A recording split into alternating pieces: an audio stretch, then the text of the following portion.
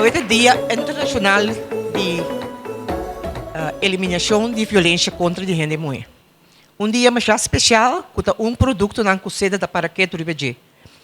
Em semana, nós a paraquedo riba é parte de violência e hoje, especialmente, nós a habele para público por me escutar gente que mais importante den a jornada com muito homem e muito mulher tá passa a den de teenager para virar homem madurar e responsável.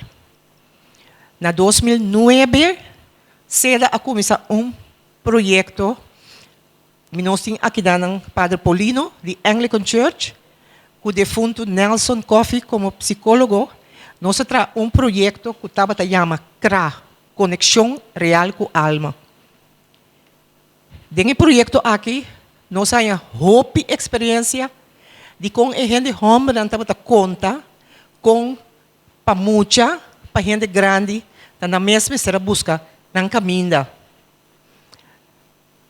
Mientras que nós estava buscando com o projeto CRA aqui, nós fazemos investigação e nós temos ano passado estudo caminha nossa pinta e quadro caminha nossa mira que depende de experiência de muita mulher e muito homem ora que cresce e também a situação social econômica que vive dentro com violência agressão também adiante e com não pode deal com não. Então, eu não quero nada outro. E ano aqui, que do na follow-up na ideia de estudo de ano passado, para nós invitar Andrew Lines para me dar nós programa que nós podemos na raiz de nosso problema de muito homem e muito mulher virado adolescente em mundo que nós tursa com ribacaia e for iPad da pornografia, da vira grande com amigo não, da aceita é coisa primordial. E vira grande responsável, da não ficar amanhã com Deus que nós temos família não saúde. E nós que família não saúde, então pensei nós mesmo tra mais tanto riba gente homem e gente mulher não responsável. Esse man aqui nós temos projeto com a escola não, e me tenho que bisa me mais agradecido na escola ng schoolgemeenschap outra banda e também tour e managers ng de escola ng AGO.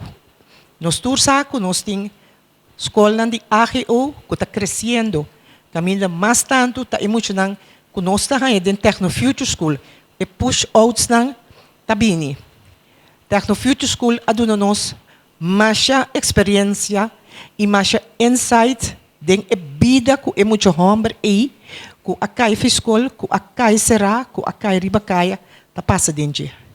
Então e insight ku nossa rainha de Techno Future School nós não porque da sim usele então me contento me chama para bem na busang ku a noite ku tem Cristo rei ku tem tu sorte cos ronde ko so abini para escuta que ku Andrew Lines lo por ajuda nos ku ne den e jornada de tiner para homem e mulher responsável. Me quero dar uma palavra na nosso ministro de SOV, para a abertura oficial, então acaba Andrew Lines da toma over. Ministro Kuiman, para chamar adiante, ela aweta Orange the World, vete aqui, então ela Orange the World para mim papi ko busta. Mas danke Mirta.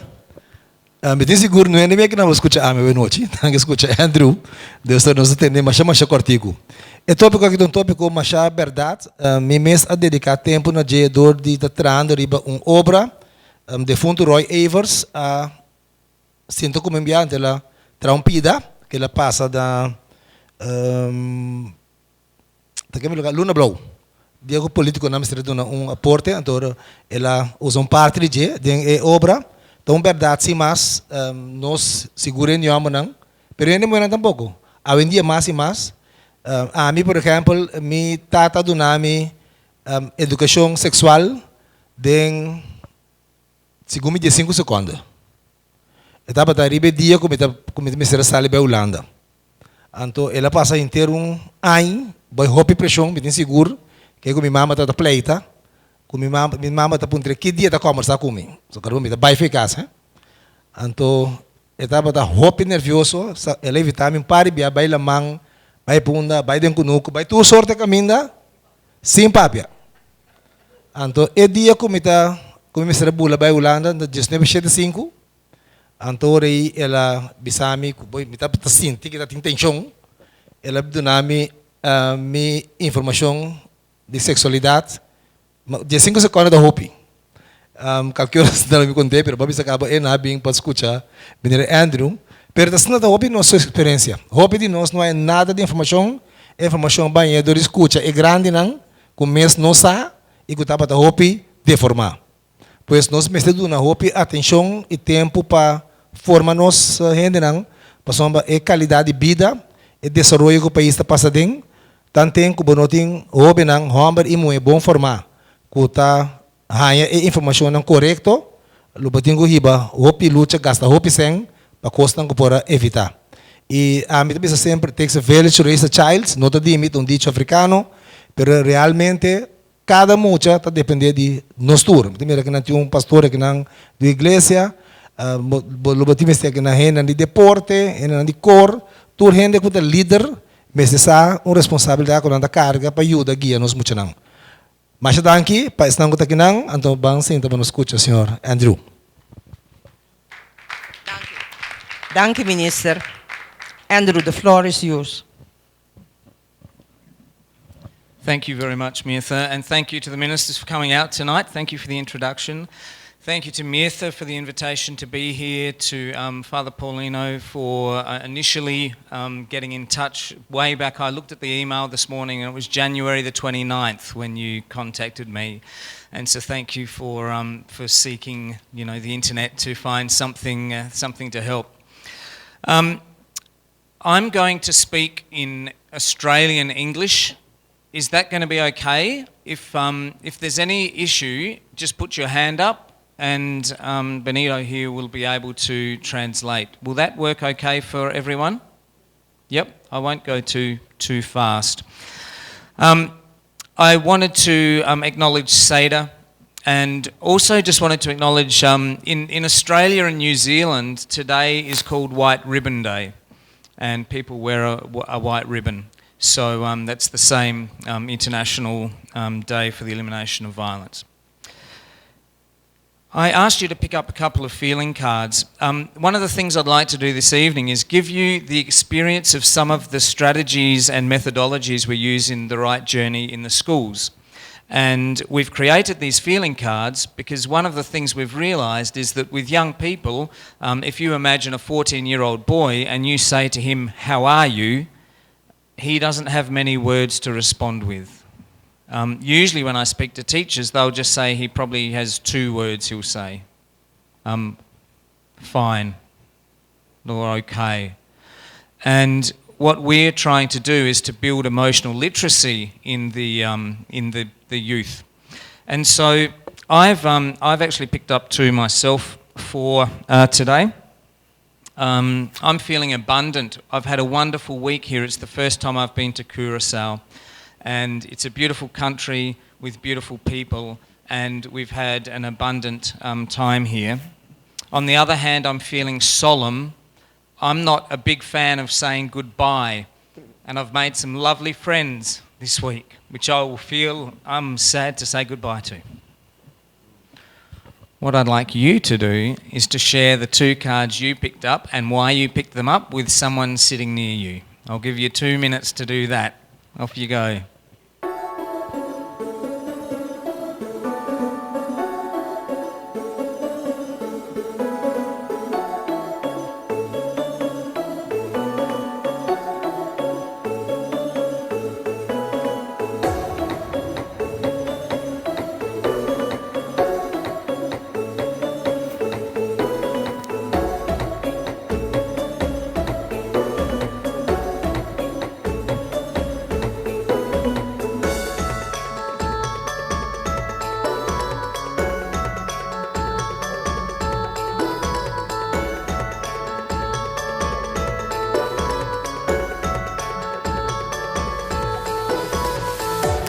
Okay.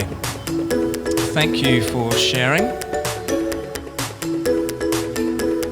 Hopefully you've had an experience of what that's like to be prompted to share how you're feeling with these kind of cards.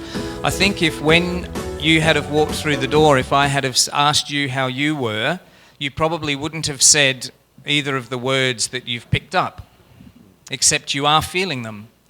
And so can you understand how when you're working with young people and they don't have the word bank to access to tell you how they're feeling, how this actually gives you an insight into how they are, a deeper insight than you ever get from just actually asking. So we've been using these with the teachers during this week, and we're excited to hopefully be translating them into Papiamento for use in schools here in Curaçao.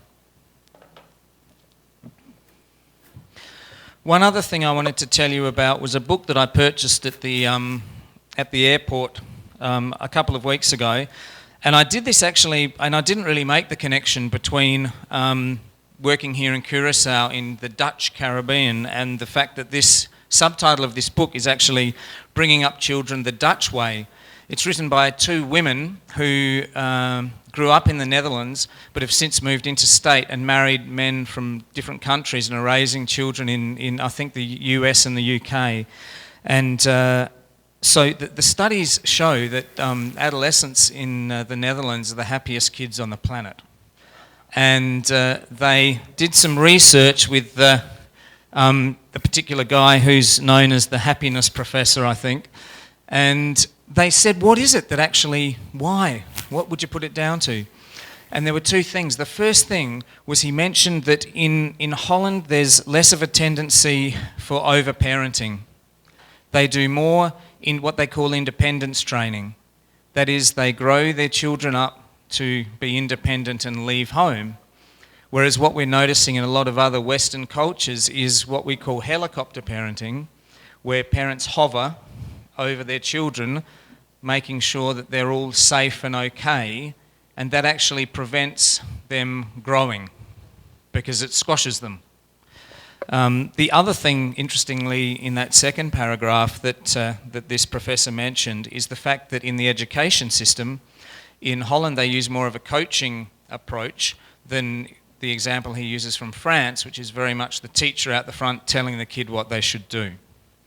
And so those two things are why they believe that Dutch adolescents are still the happiest kids on the planet. And it's certainly in the education, the way that we work with the RITE journey, where we sit down with the students in a circle and share with them, as opposed to standing out the front and telling them how they should be as a person. We help them that become revealed through conversation instead of telling them how they should be. Coming from Australia, we have an appalling statistic, which is that every week in Australia, a woman is killed by a partner or an ex-partner. Every week. It's an appalling statistic, and sometimes those murders also involve the children.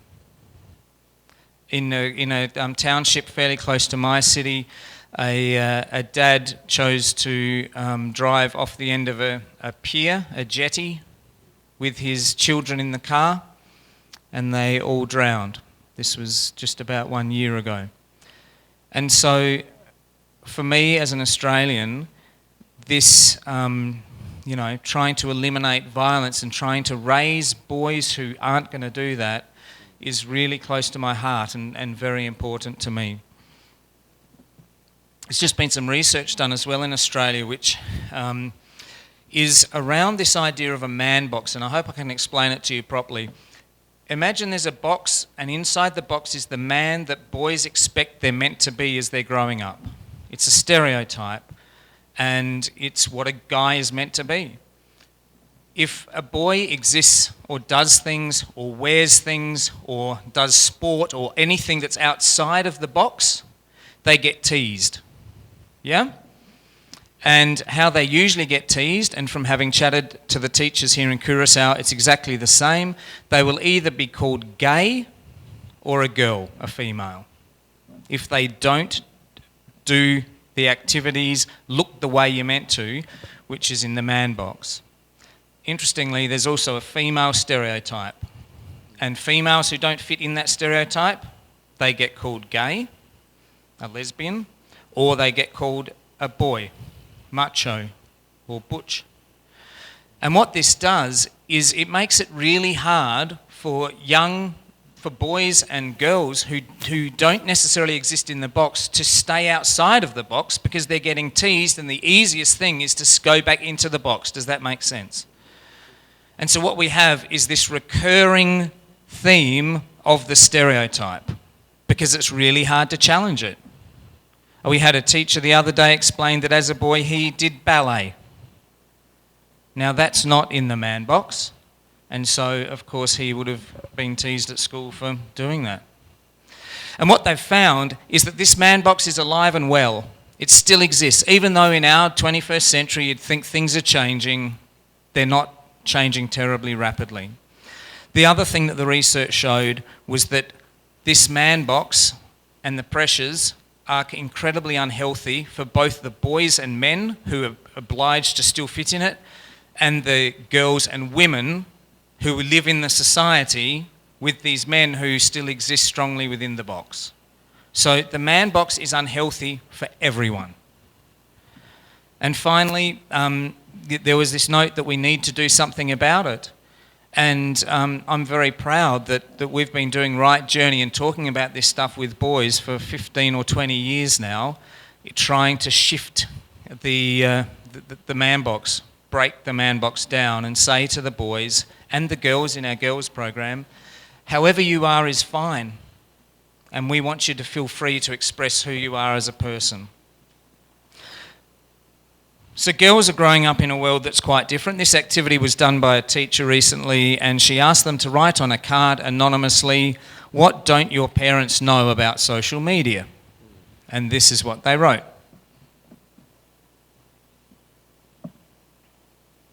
So they're on it until way into the night because the kids have phones, they're in their rooms, the parents aren't necessarily monitoring it.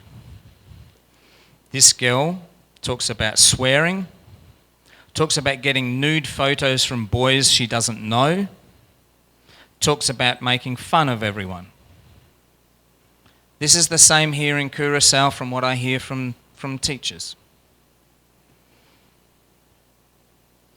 This one again is the amount of bullying that goes on. Again, nudity.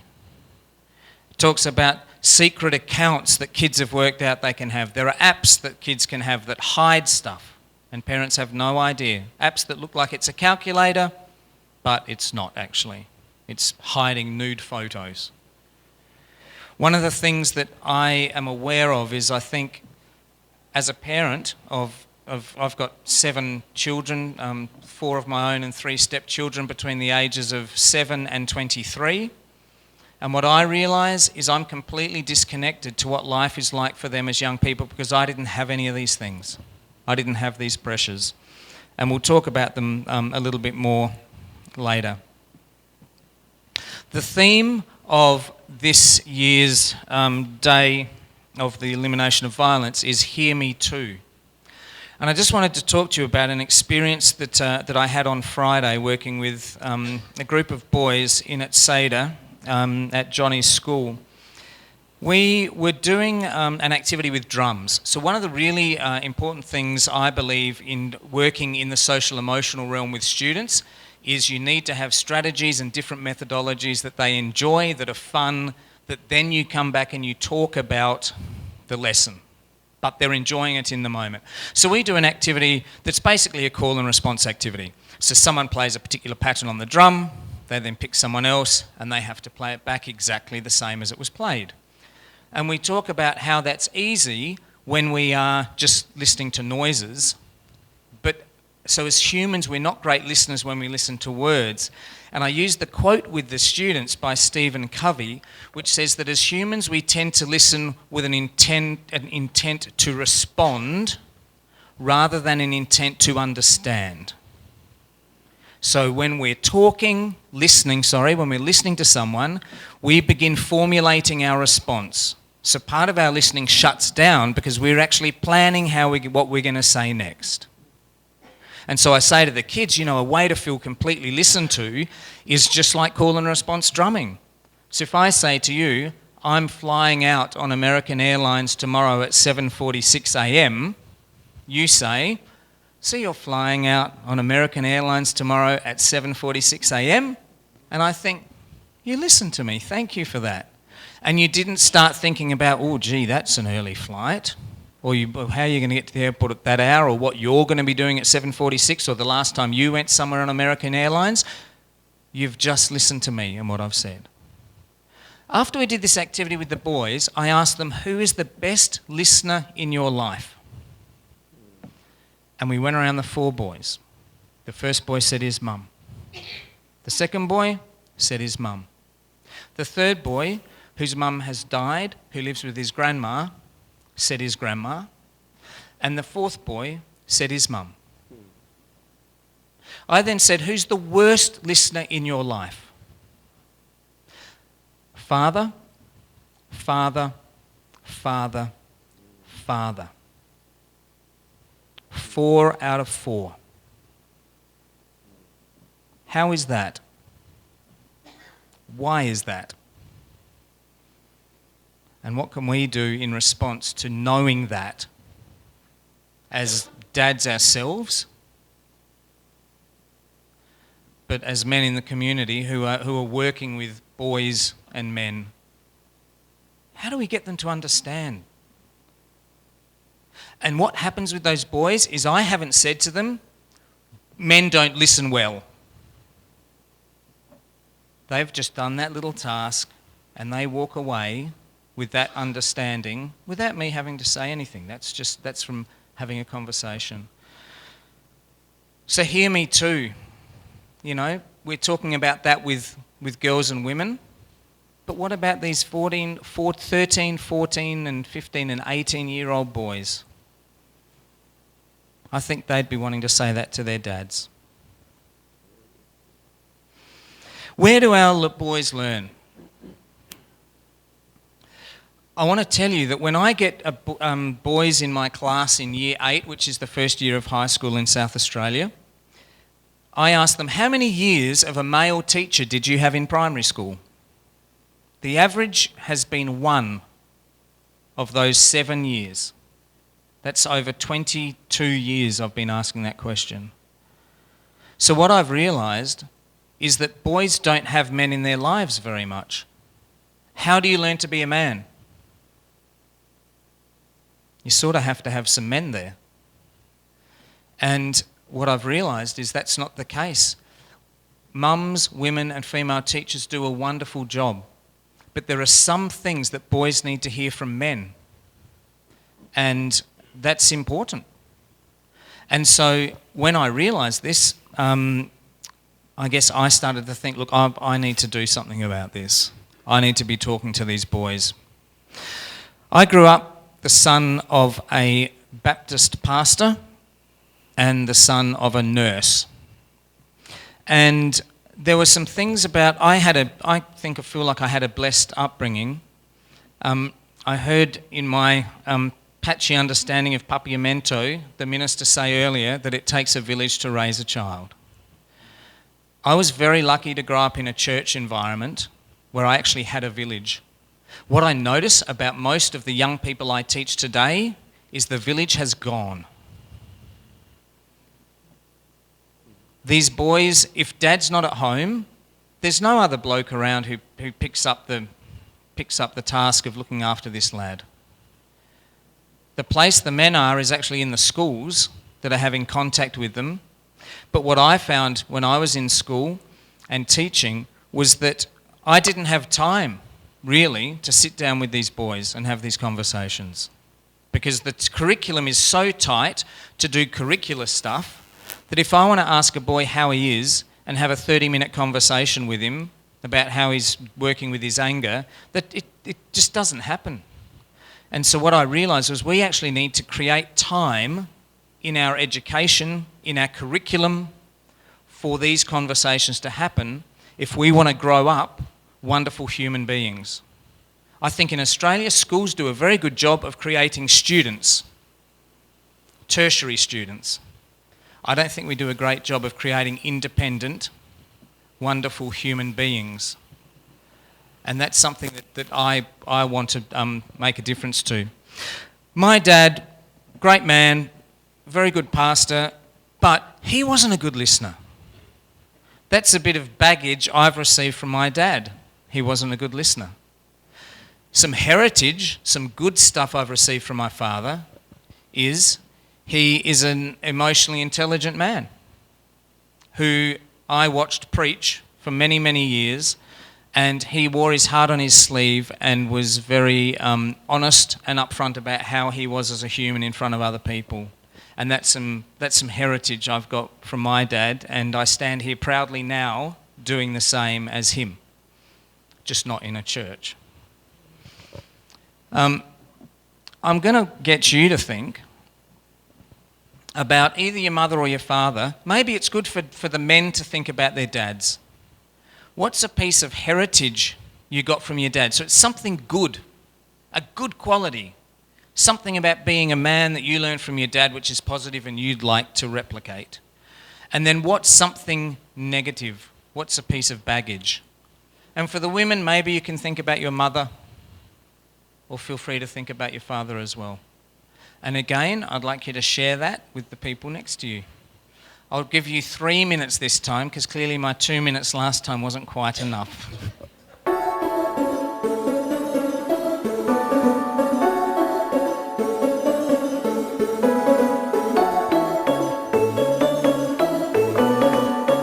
Thank you for taking the time to share that. I'll move on to talk about the fact that sort of the default adult we become is generally largely our parents. And one of the things we actually talk to the students about is we have a similar conversation. It's gentle, but it is about what are the qualities of your parents that you want to continue with, and what are the qualities of your parents that you'd like to let go of. But for me, growing up, as I mentioned earlier, went beyond just my parents. I had these uncles they were actually part of the church community, and that's why I mentioned I was very fortunate to have them around. My dad, being a Baptist pastor, he was a lovely man, but I didn't want to be a pastor, and I didn't want to be him. And so what was important for me was to find other men that I did want to be like. And the wonderful thing about those men was that they actually took an interest in me and spent time with me. So Fred used to drive me to watch Australian rules football. Between the age of 14 and 16, every Saturday in winter, he'd pick me up with his family and take me. Gavin Grates was my youth group leader. He was one of the first entrepreneurs in my town in Adelaide. Remember when VHS video recorders came out and you had the big chunky cassette that would go in? Well, he realised that someone would probably want to hire a movie one day, so he started a little video cassette hire store in our town, which then became a massive chain of video stores. And then Paul Van Leeuwen, who's in the middle there with me and my youngest son, Phoenix, he was a musician, and I loved music. He was a drummer, and I was a beginning drummer. And so we had a lovely friendship as well. So these three men, I have parts of them within me today. And I have had the opportunity to say thank you to each of them. And Fred died about 1.5 years ago, and I just managed, before he passed away, to I didn't get to speak to him in person, but to pass on a message via his wife to say what a wonderful influence he had been in my life and how I carry parts of him with me today. Then I had teachers, all very, very different. Mr. Dodd was, as you may be able to tell, a slightly eccentric maths teacher he was. He had this quite strange habit of I don't know if, I think you had Pizza Hut here. And many years ago at Pizza Hut, you used to get little red pencils. They were very sharp. They're only about this big. So they used to give you placemats that would have little activities you could do on the placemats, and they'd give you a pencil. Well, he'd walk around the school with 3 of those pencils stuck under his watch band, so he was never without a writing implement. I always thought 3 was fairly excessive, but you could always sharpen the 1 that you had in there, but he thought he'd needed 3. Then Phil Ashby was my physical education teacher in Year 9 when I was 14, and he's why I'm a physical education teacher. And Mr. Watts was my music teacher, and he's why I love music. And I think you can see there he's getting makeup put on him by the students. That was on a music camp, so that they were all just amazing men. And again, I've been able to thank all 3 of those because I carry a bit of them in me now, today. And those 3 men are why I wanted to get into teaching. They inspired me. But what I realise is a lot of kids these days don't have this big collection of people that they feel connected to and inspired by. I managed, because of the sport, and I went away on a couple of camps with Mr. Ashby, so I spent time with him. Mr. Watts, it was always music practices and choir practices, so I spent time with him. Mr. Dodd, there was a club that he ran which I was a part of, so I spent time with him. It takes time. There's a wonderful brain researcher out of New Zealand who I happened to share the stage with at a conference a couple of weeks ago in Christchurch. His name's Nathan Wallace. If you've never heard any of his stuff, hop online and chase it up. But he said that, research tells us that if in real estate they say location, location, location, in education and in schools, it's relationship, relationship, relationship. And if you don't have the relationship, the kid's probably not going to learn a great deal. And my issue, and he actually went on to say, our education system and the way kids go from 40 minutes with that teacher to 40 minutes with that teacher to 40 minutes with that teacher does not suit that. It doesn't suit building a relationship.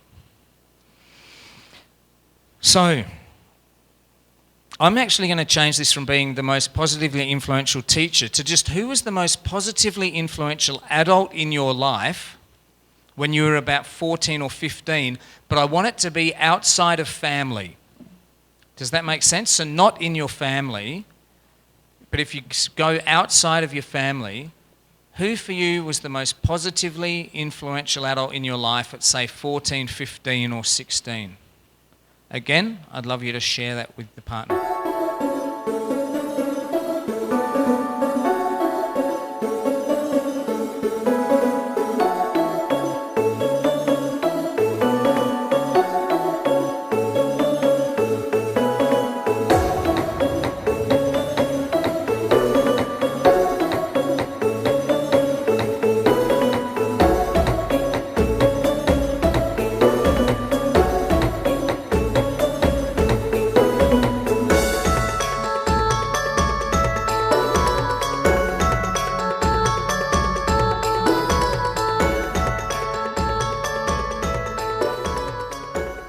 And that is to thank that person and tell them that you were thinking of them tonight. See if you can track them down. The beauty of living in this internet age is that today is the easiest day in the history of the world to Google stalk someone. So you should be able to find them.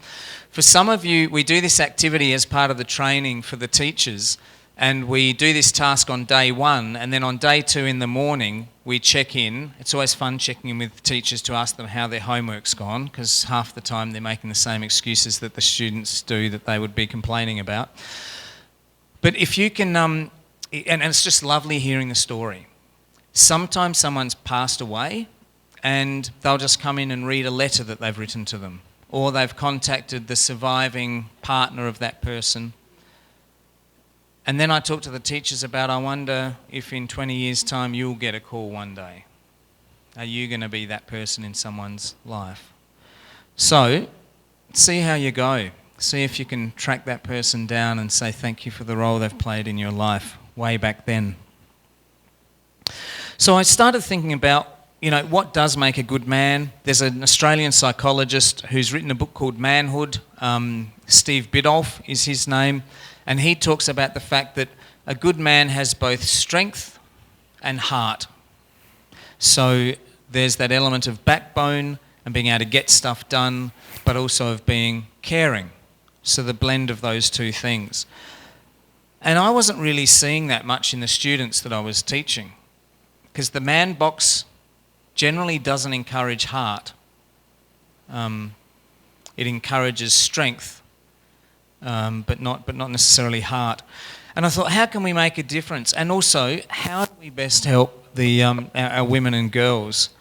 And I felt like, as a teacher, I had an opportunity. I'd actually got into teaching to make a difference.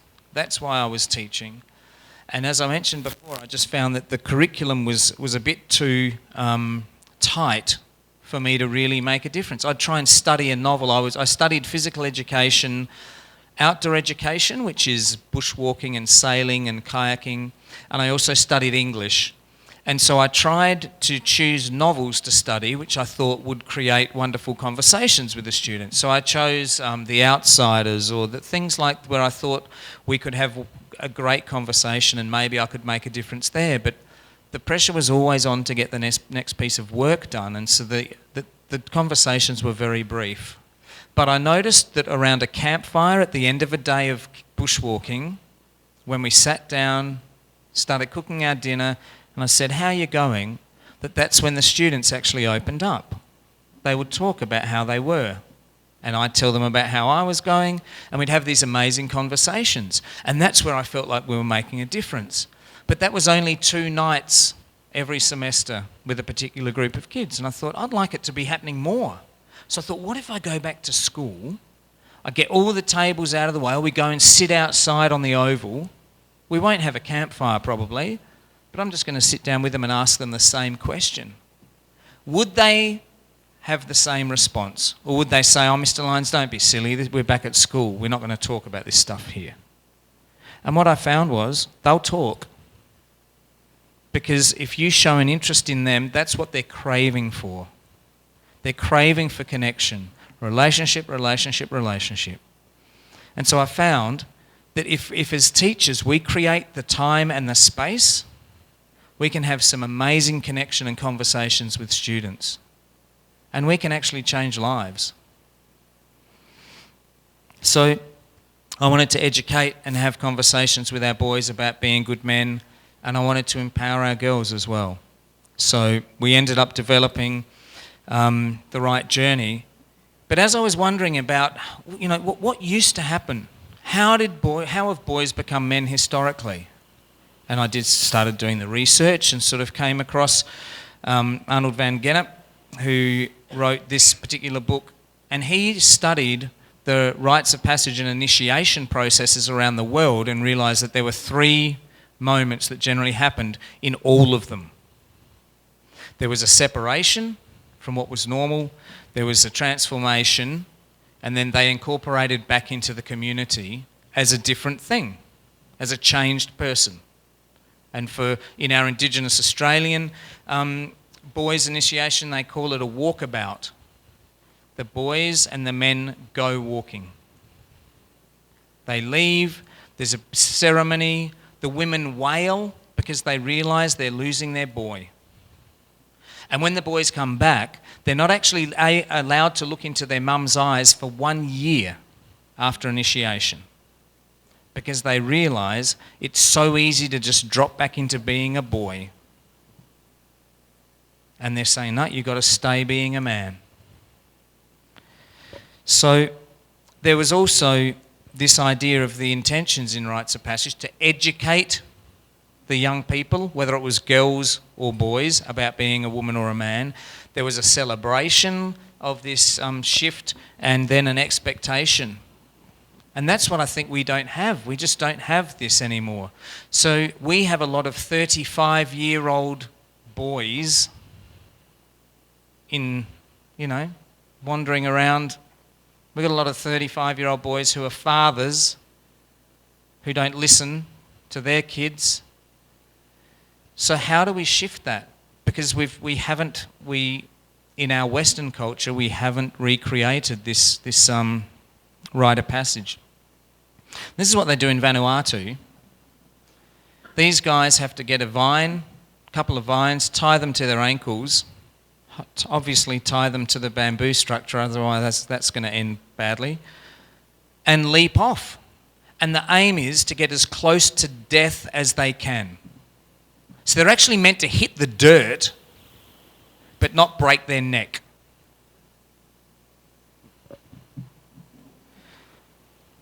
Circumcision is a common initiation process. I was hearing the story of a friend or an acquaintance who'd worked in Kenya, and he was saying that even there were men who were in their 50s who had basically squirmed when they were being circumcised. Like the circumcision process there is you're not meant to move or make a sound. And there was one guy who did as a kid 30 years ago, and he's still called a knife kicker today at the age of 50 because of what happened then. And I'm not endorsing that as being good, but it has an effect. Then we have the bullet ant gloves, which are in Brazil, and the boys have to put their hands in those gloves. They're filled with ants, which bite hundreds of times, and they have to do that on a couple of occasions and keep their hands in there for a period of time.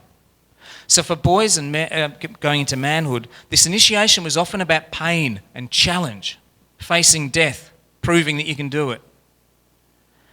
I want to show you this clip. This is an Australian man. When I put these gloves on and keep my cool in front of the tribe, obviously not. She's with a couple of deep breaths though. I felt like I'd be back to normal in no time. Can I get you a Panadol? And you're up to the bus. What do? You have to dance to release the pain. So the chief says you have to dance to release the pain. And he says, I'll be surprised if this helps. And evidently, it didn't. Hang in there, buddy. Hang in there. Because pain soon commenced what we now know as the 6 stages of sting pain.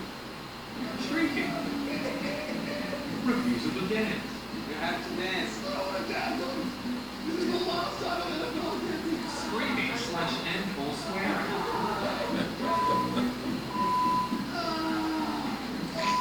Sweating.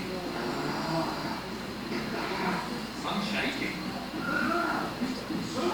Fighting stick requests. Problem was, this went on for an hour, relentlessly.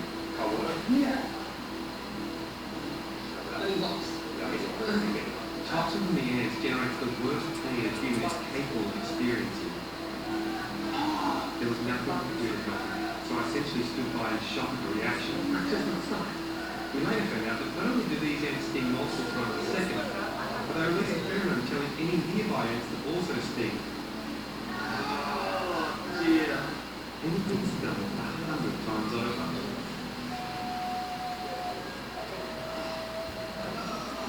By the 2-hour mark, amateur collapsed. Anyway, I'll leave it there. But that's 2 hours later, and they end up taking him to the hospital, and he gets morphine, and he sort of recovers in about 6 hours' time. So you saw how long he had his hand in that glove for. And these boys do that for 10 or 20 minutes, and then have to do it again another time. So, you know, these initiations are quite significant. We don't have them. And so when we reflect back on our lives, it's sort of, when would you say you'd become a man or a woman? At what point in your story do you feel like you made that transition? Again, I'd like you to share that with someone near you. So for the women, when do you feel like you transitioned from a girl to a woman? And for a man, when do you feel like you transitioned from a boy to a man?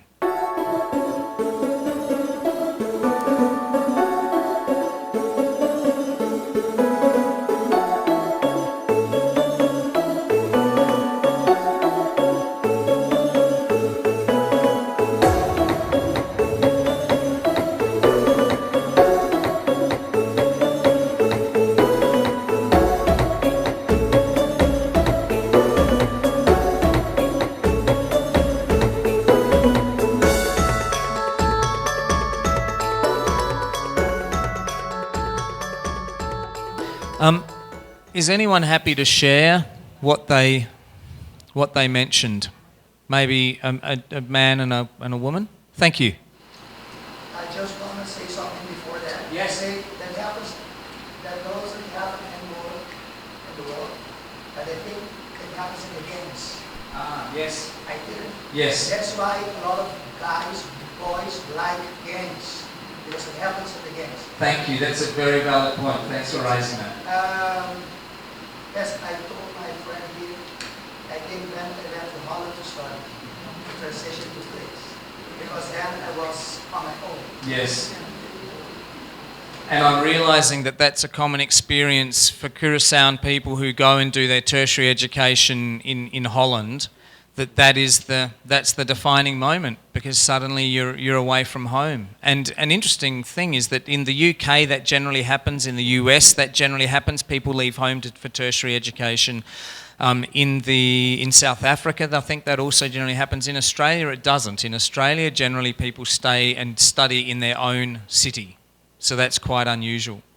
When I spoke to the teachers in the public schools, they suggested that their students wouldn't be going to do tertiary education, so wouldn't be having that experience at that age. They'd probably still be living at home through their late teens and into their early 20s possibly.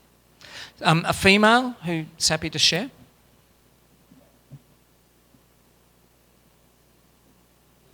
Thank you. Thank you. So, your question is, when did I feel that I became a woman? I said when I was 16 years old. We had a choir in our parish, and we had a lady, a teacher, who made quite a lot of influence on me before, and as a role model. She was our director of the choir. And suddenly she became, she was in love with a married man. This is a Catholic church. This is 50 years ago, so you can imagine what it means. So she was in love with a married man, and she was a little bit neglecting the choir. She was coming late, and sometimes we didn't have choir at all. We had to go back home. So the pastor said, listen, now you have to make a choice of the married man or the choir. And she chose the married man. And the pastor said, now you have to go. And she said to me, Stella, you become tomorrow director of the choir. And I stay 18 years. Well done.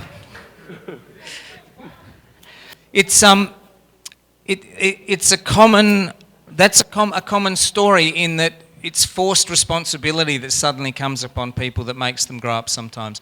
Sometimes it's the death of a parent that means someone has to step up. That's a story that I often hear. The interesting thing is, of course, that we look back and these are situational experiences generally that happen, as opposed to a deliberate and intentional transition into adulthood, which is what the traditional cultures do, and which is what I became interested in pursuing. Because in most cultures, these were 5 moments that were ceremonialized as a rite of passage process. So obviously birth into the world, then they do the child to adult, then there'd be some kind of marriage or wedding ceremony. Then they did adult to elder. And I know Father Paulino is very interested in how in our current culture we can honour the transition from adult into elderhood. And then there was death. And we still do birth, we still do marriage, and we still do death. But we don't do the other 2. And the other 2 are the moment when you are alive to be honoured as an individual. That's when you sit out the front and people say, thank you for being you, and we acknowledge you and honour you. And they're the ones we don't do. You know, we'd all love to know who turns up to our funeral and what people are going to say, but we don't have that privilege. So, and the other thing that's interesting is that adolescence has never existed before on the planet. In our Western culture, we've created a brand new life stage. And it came about probably in the 50s, 40s, when tertiary education became a thing. So there was something between being a child and being an adult And what we've done in the West is we've managed to stretch that out from being between about 15 and 18 to now being between about 9, they reckon, where it starts, through to about 26 when the average Western adult is doing what we would term as being full adult responsibilities. And that's a big shift, because what I've also realised is that in your Kurisayan culture and also in Australian culture, we give our 18-year-olds all of the adult freedoms that we have at our age. I think there's a couple of things I think here in Curaçao that come when you're 21, but in general they're able to drink, they're able to get married, get a credit card in our culture as well. And my feeling is that we're not creating 18-year-olds who are ready for that. We're creating 18-year-olds who want the freedoms, but they don't want any of the responsibilities that come with it. And we need to educate kids better to help them realise that actually with these freedoms come responsibilities. They come hand in hand. And how do we help young people understand that? So the default rights happen, and this is where the gang stuff, as you can see, the third thing there, gang activity, it's a default right. It's what kids do to feel the connection, to feel like an adult. They want to feel like it. We don't offer it. We're meant to. That's our job. It has been in cultures forever. But we don't. We're letting our kids down. We're partly to blame for this. We might be wholly to blame for it. There's a book written by 2 teenage American twins, Brett and Alex Harris. It's called Do Hard Things. The subtitle of it is A Teenage Rebellion Against Low Expectations. And what they say is the reason that teenagers aren't doing that much in society is because we as adults don't expect it. That's that over-parenting we were talking about before. We don't expect it, so they don't need to. There are kids that are wanting it. There are plenty of kids who aren't, because it's easy to be a child. But this is our responsibility. Richard Rohr, he's written a lot on men's transition and men's work full stop. But he says that we are meant to be introducing the boys to the mysteries and helping them understand what to do with their pain. And if we don't, they will abuse their power. And that's often what we see in society. What do you think violence against women is about? It's this. It's an abuse of power. What Richard Rohr is saying is if you want to end that, we need to rediscover initiation. What kind of world are our kids growing up in? I think it's important to reflect on this a bit. So this little slide says, you want to check out this new game? This is the dad to the son. You try to acquire riches and battle evil forces as you advance through a strange and mysterious world. And the kid says, it sounds awesome, Dad. So he pushes him out into the real world, not the virtual. How different do you think it is for a 14-year-old today compared to a 14-year-old when you were 14? Just yell out what you feel like the main difference is for kids today compared to when you were 14. More freedom? No village? Social media? Anything else? They're generally the things that come up. Social media / technology, 24/7 access to things, which access to pornography, Mirtha has just said. So there are a number of things, and I always find it interesting to sort of ponder on them. And I think I imagine that I think most generations lament the next generation coming along and sort of say, you know, I think even some Greek philosophers used to say, well, this next generation is going to be, they're a disaster, our teenagers. But as I was saying before, I think the shift from our generation to this next generation is the greatest shift and leap there's ever been, where I think the difference between the experience of the parents and the children is far in excess of anything that we've had previously. So we used to, you know, play games. I used to play the family games we'd play Monopoly, Scrabble, Boggle, Yahtzee. We had a pile of games that we'd play as a family, and we'd sit and we'd talk and we'd interact.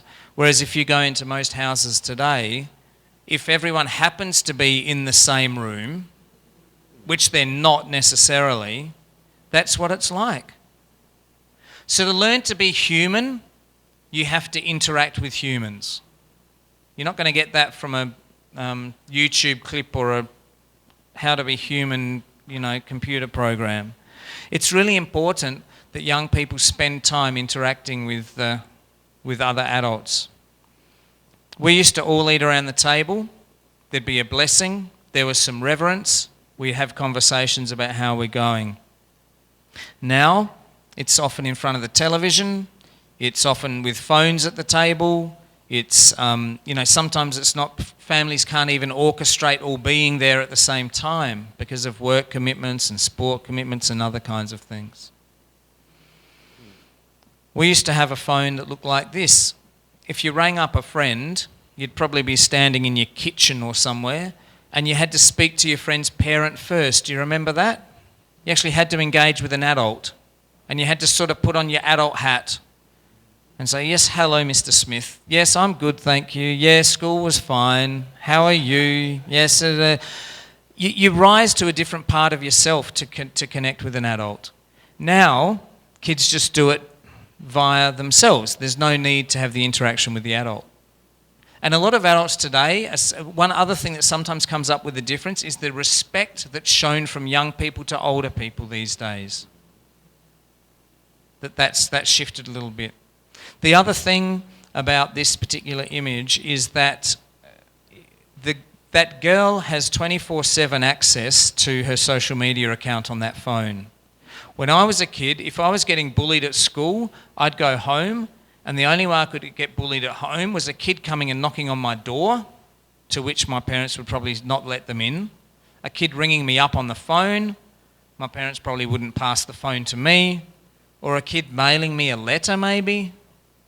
Now, this girl can be looking at whatever social media account and receiving messages all night. She can't escape. Well, she can, but she'd have to put her phone down. That's the only way of escaping 24/7 bullying. And I've even heard, we heard yesterday or Thursday that's of an issue that's just happening in your schools here. You know, it's happening. There's a move to ban phones in schools. It's happening in the US. There's some schools starting to do it in Australia. But the problem is you ban it in the schools, they go home, they're still accessing them at home. And so one of the things we as parents need to do is work out when are we going to give our kids a smartphone? Because as soon as you open that door, there's no closing it.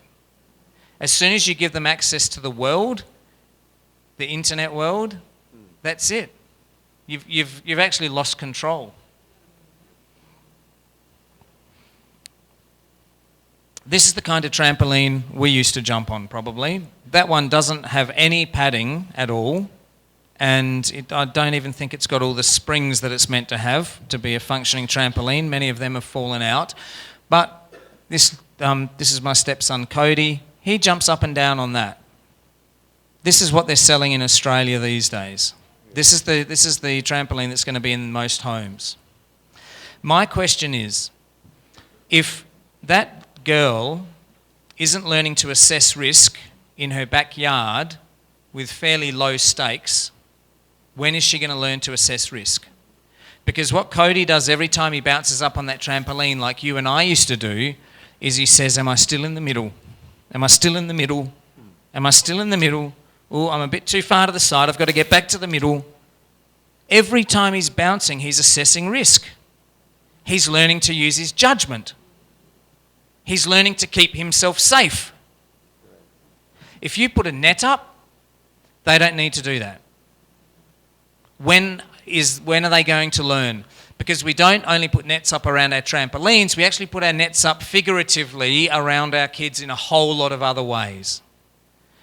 There was an article written in our paper maybe a year ago now, and a psychologist was talking about the fact that kids these days are getting certificates for if you gave it a go, you get a certificate, because we're trying to build their self-esteem.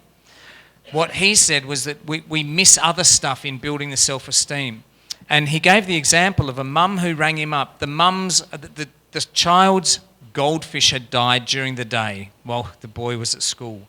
And the mum rang up the psychologist and said, I'm going to get a new goldfish and slip it into the bowl before he gets home from school. What do you think? And the psychologist said, you know that one day that goldfish is going to be you. How are you helping your boy deal with grief and death if you're not letting him deal with it with the little goldfish? It's similar to the trampoline. The small stakes things are great for learning. But we're not doing that. In schools, kids need to be failing. We talk about that with the Right Journey kids. You need to learn what to do when you fail. Because you're probably going to go for a job one day that you're not going to get. You're probably going to ask someone out to date them and they're going to say no. This happens in life. But if we give them the smooth sailing all the way through, they don't learn to deal with that. This idea of ritual. So I was hearing today from Mirtha that a number of years ago, there would have been rituals around the renewal of vows that were taken, the baptism vows, when a child is expected to make them their own at 12 or 13. And there was also confirmation, whereas there's less of this ritual today in today's modern society. We also have the absence of the rites of passage. This is from an encyclopedia that talks about the world problems.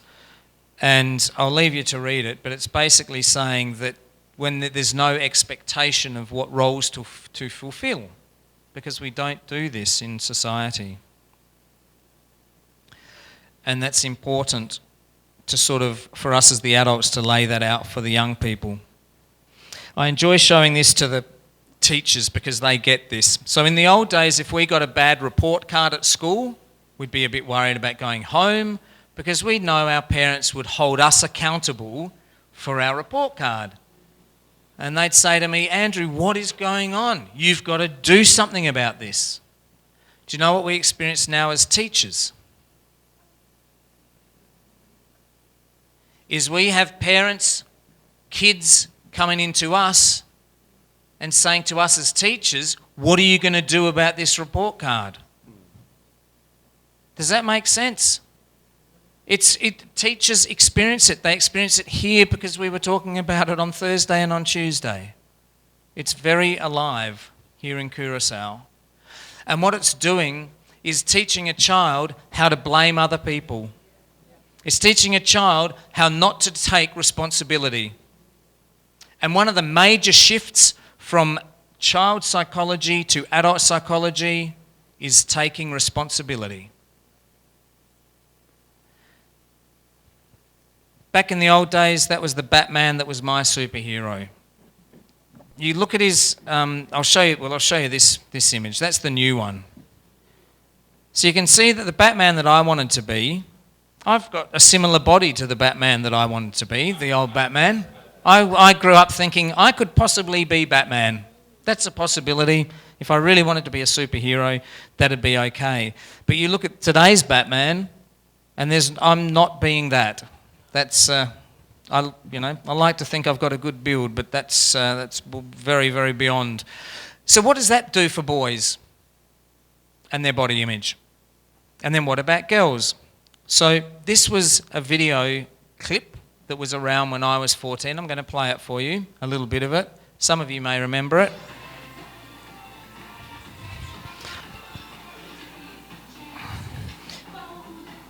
Two black American women. I want you to observe the clothing. There's a bit of shoulder showing, so it's a little bit saucy. That's what I was watching. This is what your kids are watching. Feel free to turn away if you need to, or shut your eyes. This is Nicki Minaj.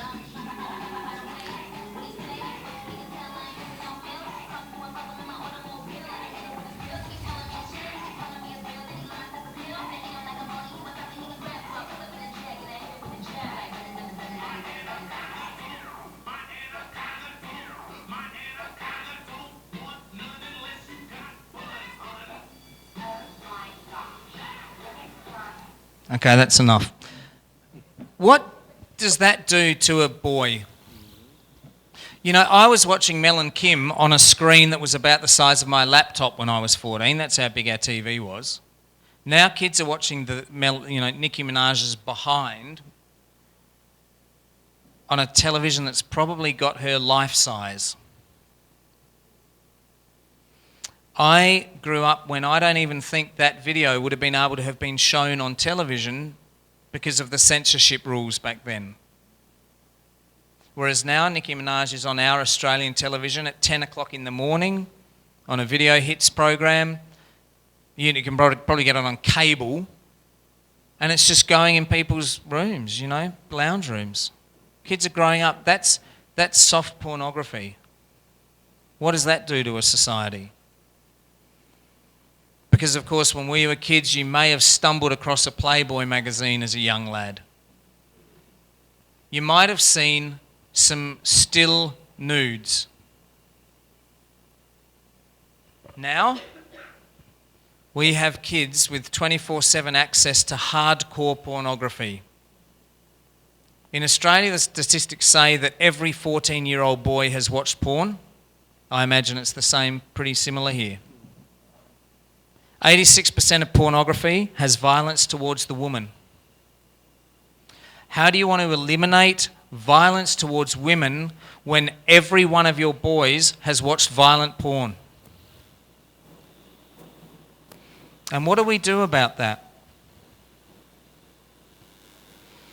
You know, we censor. I find it extraordinary that we still choose to censor movies that have got a little bit of violence and some swearing in them, and say you can't go into the cinema and watch that movie, it's too old for you, and yet we don't do anything at a government level to shift the access of pornography.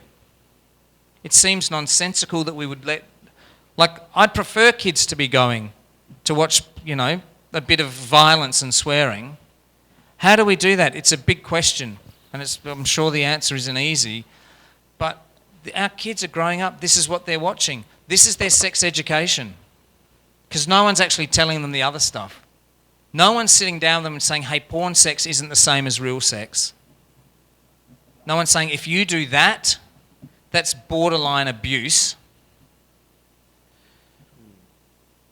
And talking to them about consent. And I talk to the boys about enthusiastic consent. It's not enough that she just didn't say no. Like, that's a pretty base level to be working from.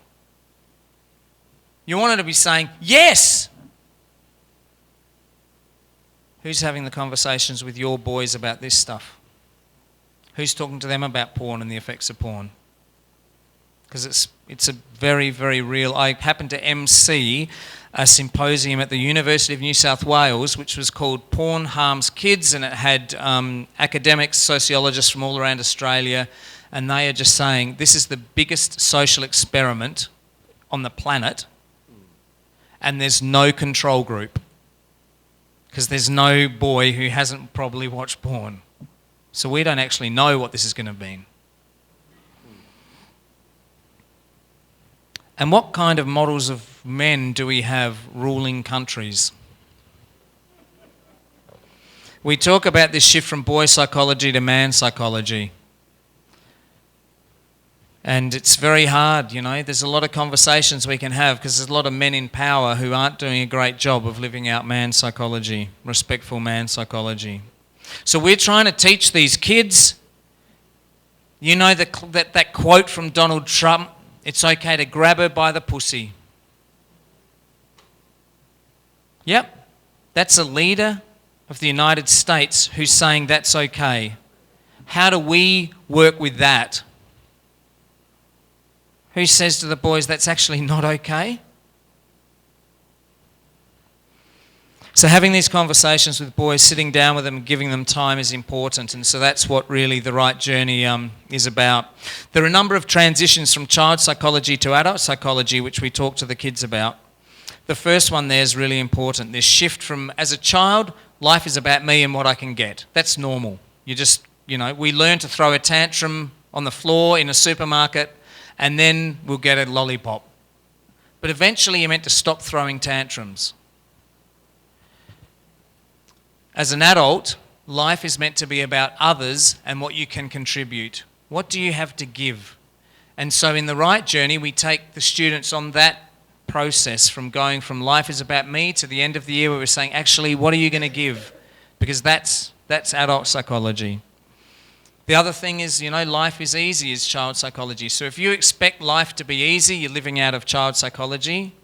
If you accept that life is difficult, then you're living out of adult psychology. And the great thing about accepting that life is difficult is that it's easier when you've accepted that. So there are a number of things that we work through with these transitions with the kids. In 1997, I was reading Manhood by Steve Biddulph, and I thought, I want to talk to the boys about being good men. And that was a class of boys. I was at Cornerstone College in the Adelaide Hills, and I started chatting to the boys. I spoke to them about non-violence. I spoke to them about how to manage their anger. I spoke to them about how to treat women properly. I spoke to them about the gender construction and the man box. And we did that for a number of years, and then in 2004, I became interested in this idea of having a rite of passage process. And so for the first time, we took kids up to the top of that hill there in the top photo, and we said, look down, look at that place, see if you can find where you live. Face the direction where you live. And I want you to say thank you to your parents and your carers for what they've done and how they've got you to where you are, because you're about to change into another stage of life, but we want to acknowledge your childhood and all the good stuff that's made you who you are, and some of the not as good stuff. But I want you to say thank you. And then we would have a year of conversations. We'd have the parents come in and be a part of the process as well. We'd get the parents talking to the kids about how it was raising them. We get the parents to write a letter to their child and the child to write a letter to the parents saying thank you, and they exchange those. And then there's a year of RITE journey conversations, and then at the end of the year we have some more ceremony, which I'd like to talk to you about. So 2006 was the first time a school outside of the school I was teaching at taught RITE journey. In 2009 we went to New Zealand, in 2014 to South Korea and the UK, then to Belgium, then to Mauritius, then to Curacao. I say to people, it looks like I'm just starting to go to beautiful tropical islands. That's the only thing that I'll do. So next it'll be, the Maldives or somewhere like that. And next year will be Singapore. I'm working with a big boys school with about 350 Year 9 students in their 1 year level in Singapore. So I can't believe really from when it started that it is such a common experience across so many cultures. So many countries are having this same issue. I've got the books out the front which you're welcome to come and look at, and I think Mirtha's got a couple of copies as well. But there are 4 themes that happen throughout the year. So at the start of the year we talk with the students about who am I really? And I'll give you some examples of some of these in the questions in a moment. And then we move on to how do I get along with others? So it's relationships. How do I function in a relationship? Then we talk about is there something more? And finally we do what is my purpose and what do I have to give? So you can see we finish with that adult psychology of what do I have to give. So there are about 120 conversations that happen throughout that process. So some of the things we talk about, I mentioned the gender identity and construction. So the man box, what pressures do you feel to be a man? What pressures do the girls feel to be a woman? I tell them my story. I grew up, as I mentioned, the son of a pastor and the son of a nurse. I was a fairly gentle, soft boy, not in the man box. I also learnt the piano, not in the man box. So when I got to high school and I could learn a different instrument, guess what instrument I wanted to learn to get back in the man box? Drums. So I went to the music teacher and said, I want to learn the drums, please. And he's like, no worries. He said, we don't actually have a rock band at the school, but we have an orchestra. So you can play percussion. You can be the percussionist. And I'm thinking, do I still get to play drums? And he's like, well, you'll get to play a drum. And I wasn't quite sure what he meant, but was okay with that. But instead of getting to take home a drum kit, because that's what I'm imagining is in the man box, is having a drum kit in the corner of my room, they gave me a big wooden xylophone with 2 red fluffy mallets that had faded a little bit, so were actually pink. So that's what's sitting in the corner of my room, right? I've got a xylophone instead of a drum kit. So I'm still not feeling like I've got back into the man box very effectively. And my friends teased me. They called me gay because I was, in the orchestra. I was in the choir. I was softer because I cared about people, because my mum was a nurse and my dad was a pastor. And I say to the boys, I could have quit those things, but I kept doing them because I liked them. I say, what kind of qualities does it take if you keep doing stuff you love, even though you're getting teased? And they say, strong, or courage, or persistent. And then I ask them, what would have happened? What would you say if I'd quit? What would that show? And they'll say, weak, gutless. And I say to them, you know what? I'm pretty glad that my name's at the top of the strong, courageous and persistent column. And I say to them, what column is your name going to be at the top of in life? We're helping them to try and understand how to challenge stereotypes. We talk about anger, the iceberg model. So we actually have an activity with the drums where we get the boys, and we did this with the boys on Friday, we get the boys to drum the feeling, and the girls as well. So we say, think of a time you were angry and play that. And they play the feeling. And do you know how it generally goes? It sort of builds up to a peak, and then tails off. And it's really important that we have this conversation, because what we pick up in that is that it tails off and it ends. Because knowing that anger ends is actually a protective factor for every one of us. Because if you think anger doesn't end, how's life for you?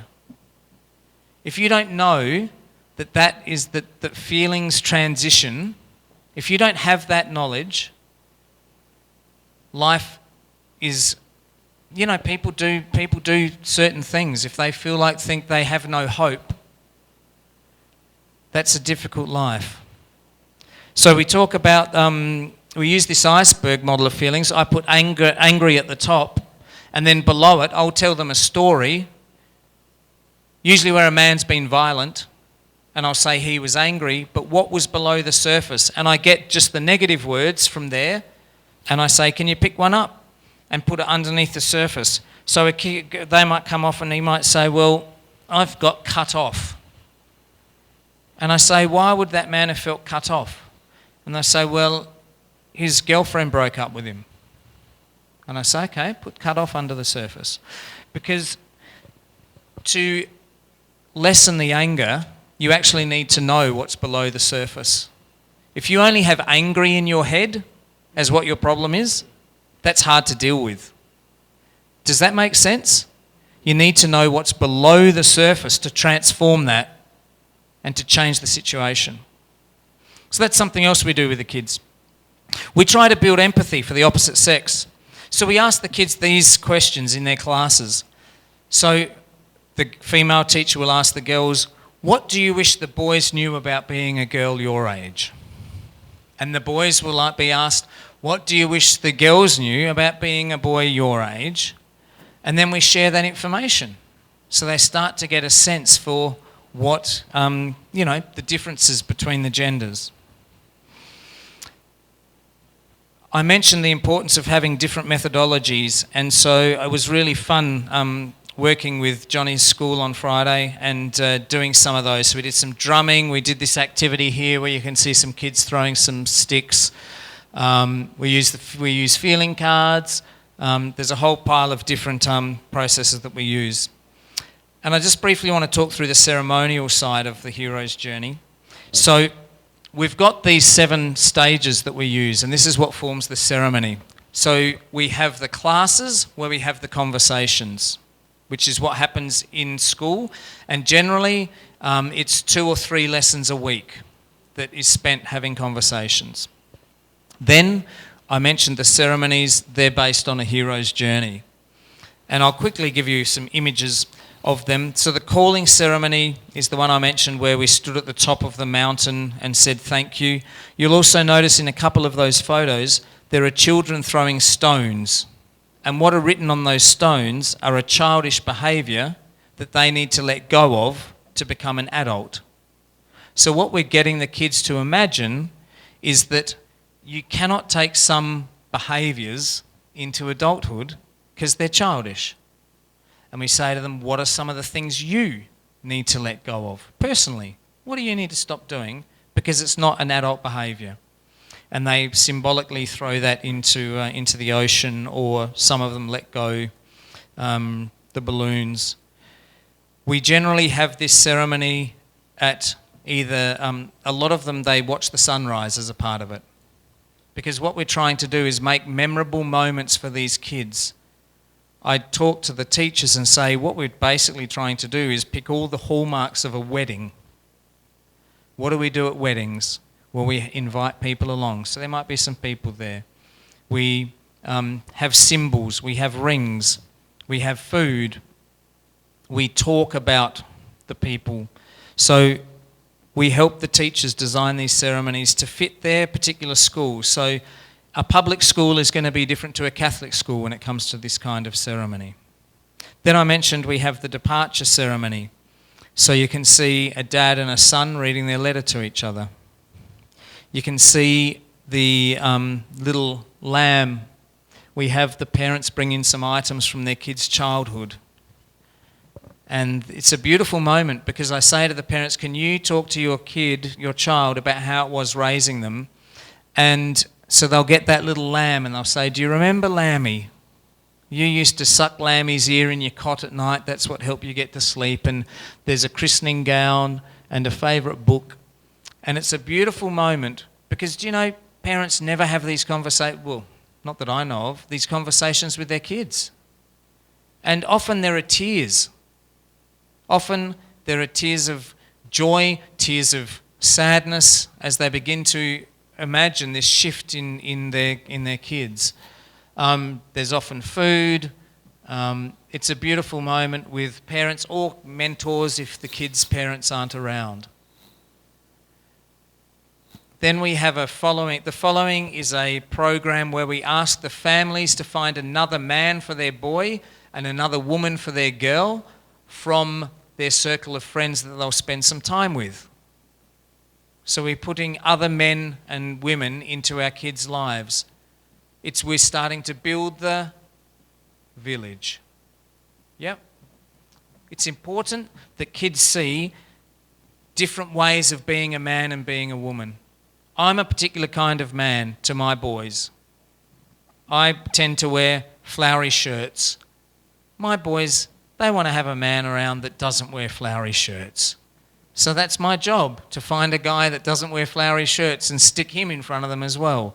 So they can say, oh, thank goodness, there's a bloke I can have a bit of that doesn't wear flowery shirts. The research shows us that the more connected kids feel to parents, to family and to school, the safer they'll be across all risk factors. From they will smoke less to they will kill themselves less. It's about connection. And how do you build connection? You've got to have time. You've got to have relationships. And so how connected do your kids feel to their school? Or to their teachers? I read something else that said, if we actually call a young person by their name, there's less chance they'll commit suicide. Because they feel seen. I start every Right Journey lesson by saying Salbono to each of my students. And I look them in the eye and say Salbono, Salbono, Salbono, Salbono. Do you know what Salbono means in Zulu? I see you. And that's what I want them to experience, is actually being seen as an individual, not as a big lump of kids in front of me. But to do that you need time. It takes a little while to say Salbono to 24 kids. And then we have a challenge program which is intended to teach kids that failure is okay. Failure is a better teacher than success. I happen to be helping with a men's conference in Adelaide about 6 months ago, and we had Richard Rohr, who I put up before. He was beamed live from his home in the US, and one of the memorable comments he made was, "Success doesn't teach you anything. It just feels good." So we want the kids to experience failure. We want them to have to challenge. There's a great article by a gentleman called Tim Elmore which says, we risk too little, we rescue too early, we rave too easily, and we reward too frequently. The rescue too early. Kids don't have to persist because we save them. They've got to feel what it's like. And we did the stick activity with Johnny's boys. And that requires some stickability. We had some good conversations about persistence. So that's the challenge part of the year. This quote is from Chuck Norris. So for those of you who know Chuck Norris, you should pay attention to what he says. And it's from the book I mentioned before, Do Hard Things. This idea that we just want to be comfortable and not challenged. And if we don't, and the lessons come in the challenges. I say to my students, imagine if you got to a stage where then you welcomed the next difficult time because you knew you'd be a better person at the end of it. And then we have the abyss, which is the darkest moment. And we have our kids go out for 24 hours by themselves. We drop them off at lunch, say goodbye, leave them with a ration pack. They don't have a phone, they don't have a book, they don't have any music, and they've got to see what is it like to just be with your own self in your own head for 24 hours. What do you do? What's that like? There's a lot written about the power of being in nature and the power of being alone. Then we have a ceremony at the end of the year, which is in which we break a board. So you can see these kids are about to karate chop a board that says goodbye to boyhood and I step into manhood. And we've used a talking stick during the year, which we also bury or burn. So we are symbolically, this breaking this board is sort of their version of jumping off the bamboo tower in Vanuatu. It's a little challenge which might hurt their hand, but they break the board, and then we have another symbolic burning or burying of the talking stick, which is saying the death of the childishness. And then we have a ceremony called the homecoming, which is an honouring ceremony where I honour the students and I'll tell them what I've noticed about them during the year. They stand up, they have some gratitude to their teacher, some gratitude to their mentor, some gratitude to their parents or carer. And some of them get badges, some there are dinners, there are dances, there are all sorts of things. But ultimately we're honouring them, but we're also getting them to commit to what they want to be as a man. So they choose some virtues and they say, as a man, I want to be caring, compassionate, or whatever they want to be themselves, and the girls do the same. So at the moment, Right Journey's in about 100 schools. We've got about 400. I've probably trained 1,000 or more teachers over the years. There's probably 400 teaching at the moment. We have 6,500 kids do it each year, and about 60,000 students have been through the year-long program. We've also created some other particular resources. So we've got, I'll leave these up the front for you to have a look at, but this is the man-made toolbox. So this is for having conversations with kids. It's actually for men could have conversations with these. So we've got 6 suits: my stuff, body stuff, head stuff, relationship stuff, big stuff, and future stuff. And inside are cards, and this one says, randomly picked out. It's from relationship stuff. Have you ever been called gay as a put down? So you'd have a conversation about that. And then you turn over, how else have you heard the word gay used? Do you use the word gay as a put down or a way to say something is bad? So there's a series of questions to facilitate a conversation. And it's a lot easier to use it with a card. I say to the teachers, if I went up to a kid and just looked them in the eye and said, do you ever use gay as a put down? They'd probably start thinking, what on earth are you asking me that for? What's behind that question? What are you expecting me to say? What have I done? Whereas if you just present a card, they're pretty happy to answer it because it's just, it's not you confronting them about something.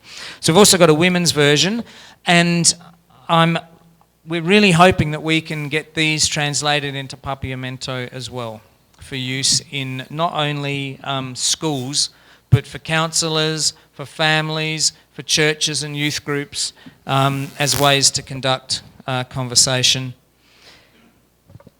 Just wanted to say that, some of the reasons that we've noticed the Right Journey works is because it's a year-long program. They've done some research on shorter programs which shows they don't have anywhere near the effect. We've talked about the heart-to-heart connection, where the teacher is connecting and sitting with the kids. The same-gender classroom is really important. I'm guessing you can understand that if I was to try and talk about pornography in front of a mixed group of kids, that's a very different conversation. Does that make sense? Talking about the man box, what boy is going to put up his hand and say something in front of a class of girls there? So that's really important, that the single-gender classroom and the man working with the boys, the women with the girls. We do have times where I'll go in and work with the girls' class, and the female will come in and work with my boys, and we also have times where we join the classes together. The community connections are really important, and we've spoken about the importance of those in keeping kids safe. We've got the mentoring program, so there's another adult. We talk about this building responsibility and expecting kids to step up. So in Australia, they do it in year 9. Here, you'd probably do it, I think they call it class 3, is it? Grade 3 in high school when they're about 14. Then what happens in the next year is when in Australia they're in year 10, we say, well, you've got to step up now. You have been through this process. We expect you to be responsible. There's the cultural change. Obviously, staff training has been important. And the biggest thing for teachers is that we are giving them a different way of connecting with kids. We're saying sit with them. We're saying do activities with them, and use different methodologies. So the training is very important, and we find that teachers love the training, and even from having worked with the teachers on Thursday and Tuesday, the feedback was extraordinarily positive. They talked about loving the work we did. They talked about seeing the value in it. They talked about the connection that they felt with each other as teachers, because we're taking time to work on this. So they really, really enjoyed that. And that's the thing that we find is teachers have got into teaching to do this stuff, but it's hard because there are so many other expectations. But there are so many teachers who got into teaching to connect with kids like this. And once they realise there are programs that can facilitate it, they're very happy.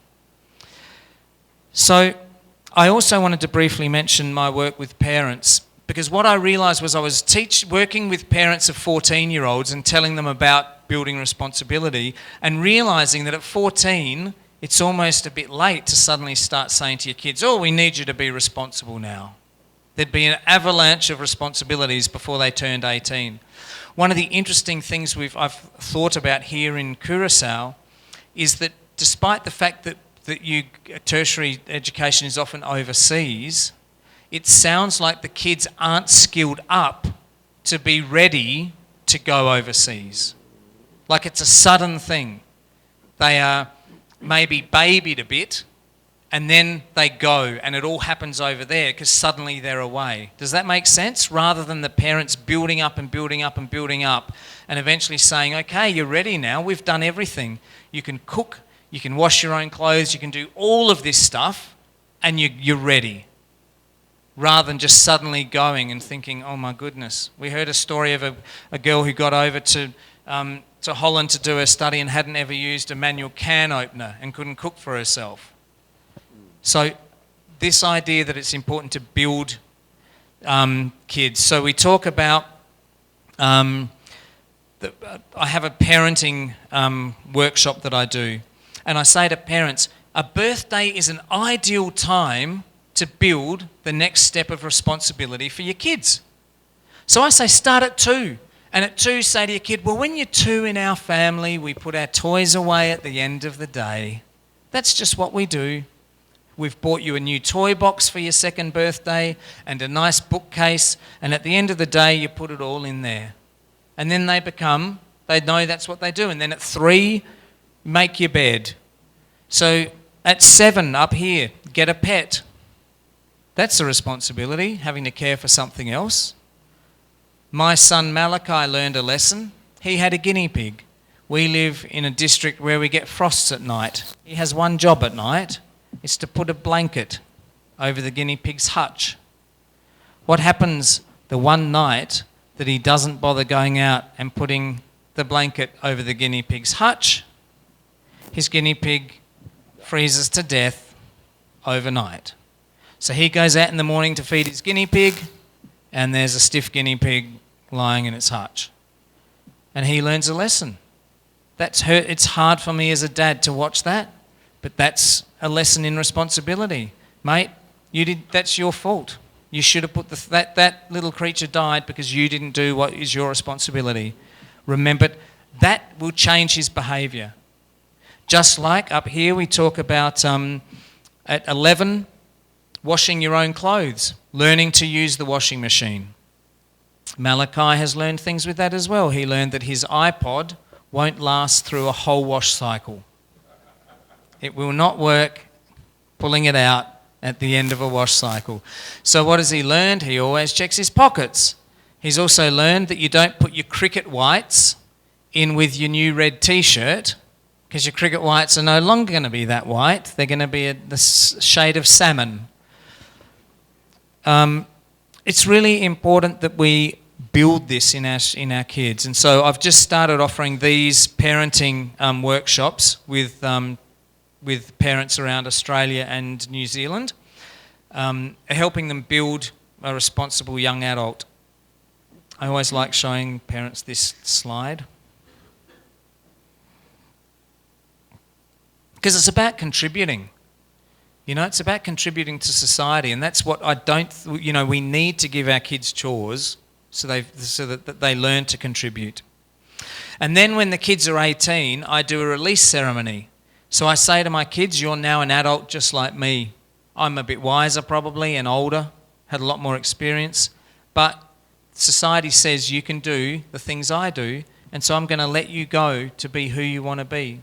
I've worked with enough men who still want to please their dad that I realise as parents it's good for us to let our kids go of any expectation we have of them and just say, I want you to be the beautiful person you are, and you find that. I'm not going to tell you how that should be anymore. I'm not going to tell you who you should date. I'm not going to tell you what course you should do. I say to them, I will always have an opinion.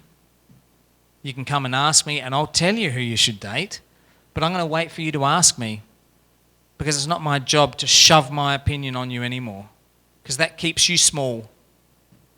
That's not letting you blossom into adulthood. And I'm also doing a new process with my children where I have a therapist friend and I said to her, would you be happy to help me facilitate a process with my children who are 18 and they tell me what a bad dad I've been? That's the purpose. They can sit there and tell me what I could have done better and I just reflect back to them and say, yep, I focused on my work and not on you. I don't justify anything, I just hear them.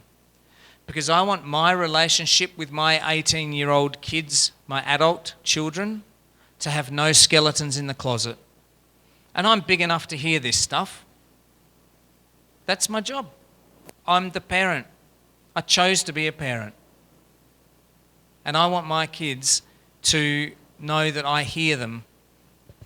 So that's the release ceremony. And I think it's really important that we help our kids understand that that blame is child psychology. If you ever find yourself blaming, is being the victim. It's not empowering. We talked about this the other day in relation to language around virginity and the fact that we use this thing of losing your virginity. That's a disempowering language to use. If you said giving away the gift of your virginity, that has a completely different energy. That's empowering. Does it make sense how even language we use can be different? And I show this to parents as well. These are things parents shouldn't be doing for their teenagers. If you've got teenagers, you could give yourself a little test and see how you go out of 8. They say you shouldn't be waking kids up in the morning. That should be their job as a teenager. You shouldn't be making their breakfast or packing their lunch. That's their job. That's what helps build an adult. Shouldn't fill out their paperwork. Deliver their forgotten items. Make their failure to plan your emergency. Don't do all their laundry. Don't email and call their teachers and coaches. My daughter was in year 11. She's second to last year of school last year. She said, Dad, I want you to speak to my teacher. I'm like, have you spoken to your teacher yet about it? She's like, no. I said, well, you talk to them. You're at school every day. You talk to them. And then I said, if you don't have any luck with your teacher, there's probably a faculty head you can talk to. And if you don't have any luck with the faculty head, there's probably a deputy principal you can talk to. If you don't have any luck with the deputy principal, there's probably a principal you can talk to. And if you don't have any luck with the principal, come back to me and I might talk to someone. Because you see, in 2 years' time, she's either going to be at a tertiary institution or working in a place of employment. And I'm not going to be there to say to her boss, oh, Dante's having a bit of trouble at work. She's got to learn to do that. And how does she learn to do that if when she says to me, Dad, can you come and talk to the teacher, I bowl in and talk to the teacher? That's not teaching her anything. Does that make sense? We have to help, and it's putting them into uncomfortable situations. As parenting these days to me from the outside looks like you save your kid from any uncomfortable situation, which means you're not building an adult. So with teachers, I talk about this. This is a great book by Rachel Kessler called The Soul of Education. And she talks about how we need to be, that students won't open themselves and their hearts unless they connect with their teachers and trust their teachers. And so that's important for our teachers to be, willing to tell their story. And finally, from a book that's just come out, Brené Brown. If you haven't read any of Brené Brown's books, I encourage you to read them. This one's called Dare to Lead, and she talks about how important it is that we create these spaces for our students, and that they need to be able to rumble with vulnerability and have their hearts exhale. They need to be able to take off their armour, she also talks about. And she says from the research she's done, let's not underestimate what benefit it is to a kid to have a place like that, because it often can change the trajectory of their life. I just wanted to finish by talking about, for us as men who are here, and you know, we play a big part in eliminating the violence against women and children, and you know, we just need to be looking at building a family culture, you know, of listening, of being responsible, of modelling being a good man. Steve Biddulph has this phrase that time is love and hurry is the enemy of love. You know, give your kids time. He says it's not about quality time, it's about time. Give them time. And then, you know, being a better man for our partners and being better communicators. Again, it's around that listening. We also need to communicate our needs. And this is a great question to ask in your relationship. What do you wish I did more of, and what do you wish I did less of? And have a conversation about that with your partner.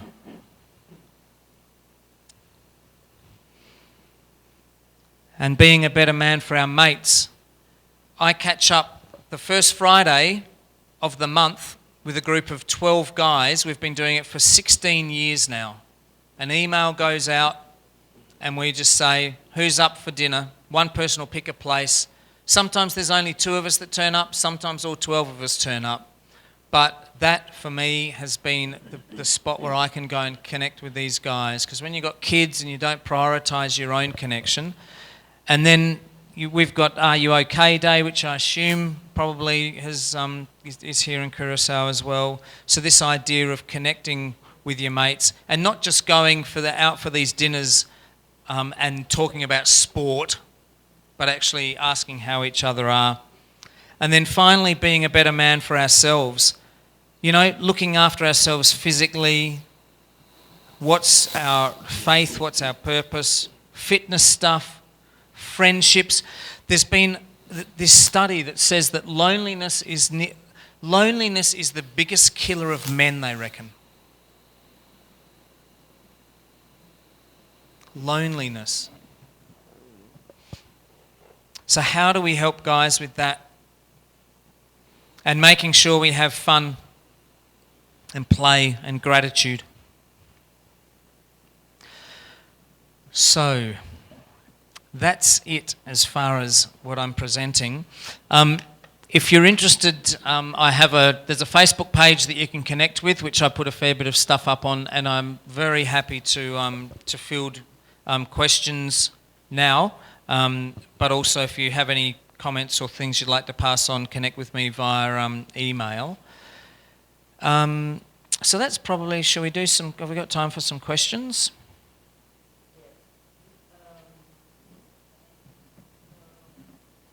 I'll hand over to you, Mirtha. You can be in charge.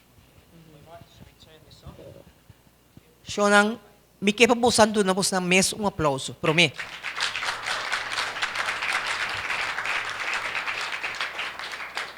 Di kong pasobra intensivamente vosso escucha gente que atra yar programa para nos mucha ng hombre. Deal kunang rabia, kunang problema nang. Posan tem hopi pergunta, nós não podemos contestar e pergunta dando um quarto de hora. Pero lá que nós vamos promecos que nós ministro de educação pobisa agora aqui na final que ela mira a apresentação aqui e tende que nós estava tendo time de 57 maestros de VSBO e teams com a forma 40 gente de AGO school com a raia training esse man aqui. Quando nós houve satisfação e que para clapa ajuda nós com o mission team traduzir a palavra ng aqui para nós termos carro ng pronto para trabalhar e também o book The Right Journey, pastor Sidanki. The Right Journey, essa aqui é o book de inteiro ano que muito não vai trabalhar. Não tá aí. Tour é tema não, com avisa, tour é celebrations não, com tinha den e tour é camp não, com tinha den. Nós estamos muito contentes de arranhar essa aqui para o minister. Vou prometer impressão ora batendo que passa esse manque. Ok, danke Mirta. Boa noite a todos que estão presentes. Naturalmente, eu também estou muito contente com você, Bini. Estou muito mais contente ainda com mais gente homem que tem muito presente aqui. Está dando uma boa indicação. Prometo que eu lagami agradecer Andrew Lines para a charla, a apresentação de ave noite, que estava hobby, na nos visa inspirativo, hobby energético. Então, muito agradecer para esse. Na minha bem back. De como eu estou contente que tem mais gente homem que tem gente muito aqui dentro. Para sombra, dia 25 de novembro, nós estamos para quieto, riba e hecho com os 5 cordas, com os 5 eliminar a violência contra a gente muito. De maioria casos, a gente homem está fazendo violência contra a gente muito. Então, nós estamos atenção riba nos meses, riba 25 de novembro, pero atenção me se riba nos. E atenção me se está na sexo, que me será compatível com a gente muito. Então, me quero que a noite, durante a apresentação, a Bini, mas a hopi, lá que nos visa, tema nang dilante de tema grande. Então, a mim quero ponerle em 4 categorias. Então, eu vou me corda, em março, hora que nós temos uma conferência caminho que nós visa igualdade de gênero, nós visa muito homem nang, me se ganha mais atenção. Nós hobby beata do hobby atenção na gente muito, na muita muito, na escola também. Então nós não estamos com muita homem, nós estamos com as características e nós não estamos por analisar e o que está sua necessidade. Consequentemente, esse está o bisa também, escola está feminizando. Então muita homem não põe na mesa de escola feminino. Então sabe que não está na corsoso. Essa aqui mundialmente botar ele. Naturalmente tem candidato de exceção agora que não caminho da escola tá lá que nos visa hopi reconhecer maneira Zweden, maneira Finland, maneira Singapura, e candidato não. Pero para bem back ribe ponto é muito homem e gente homem me sai outro tipo de atenção. E nós me se podil com esse. Então, esse está põe que você tem melhor balança também do local que você has na educação e formação de gente. Então, pensando esse me vai back na Marte, estava tem maneira que chama Johan Oldenboom. Quase seguro que nós conhecer também. Então, esta sali for de filosofia de educação na classe caia. Nós temos educação na casa, nós temos educação em classe, na escola, e nós temos educação em casa. A mim quero añadir a noite com a comunidade. Para sombra, meu colega, o Sr. Hans Koeman, a presidência da instituição também, que it's take a village to raise a child. Que mendi, põe na casa, põe em classe, põe em casa, para ter comunidade também para ajudar. Então, aqui nanang, Edward Lines a treze parte de role model de diferentes fases de vida. Então, a mim quero que essa é algo hopi importante. Por sombra, ora que me walk back, então todo exercício que ela põe nos aqui nan, eta ponebu, ou pelo menos eta lanta consciência seca boa na onda botar quem asibu e gente que botar. Então, eta põe também de facto linha de caminho para botar corda back quem a formar, como a formar para botar e gente que botar awe. Anto a mim te quero que pide que te hopi importante. Tapi se permitir-me ama seda. Mas danke. Pe esforço que você abinta hansi. E esforço também que você anda incorporar a escola nang. Pero verdade, você anda cai de assunto não social, pero ter costa começar com educação. Anto educação, o ministro de ensinança só não pode arriba je. Nós temos que trabalhar conjuntamente arriba je. Talvez se me dê contento o senhor Cuiman tem, o senhor Rosita tem, como para representar o governo, para sombra é tempo de pensar e actuar em hockey, ela passa acaba. O que nós temos que trabalhar junto. Talvez se me dê contento com o gabinete, reganata, stress, mas o mês, riba, ban trabalhar junto, porque está junto, sob o poiega, e nós estamos trabalhando junto também. Talvez se dia mais danke, nós, como lá que nós fizemos parte de educação, está abrir para tu cambiar o que tem que para nós por reformar nossa comunidade também, para sombra sim é reforma de nossa comunidade, é parte de violência, nós só chega. Danke dia mais. Okay. You understood everything with Libert on your side? La kami bayaw na sala. Tem algum coisa que me aclarar ainda depois de essa aqui? É sunco que Mike está tomando livremente. Da maneira, não sei que da maneira quieto um tiki, pero não está pensando bom se que nos seguir assim. Boa noite. Nós temos avalanche de informação que é difícil para processar, para conseguir bom. Agora tem possibilidade que nós ponhamos informação aqui, seja digital, Pedro Blanco, seja uma pergunta.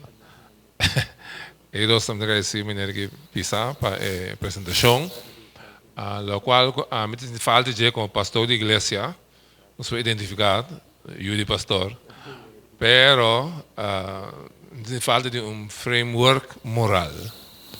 Sabe como é que me queimei? Porque tua filosofia de vida tem base moral.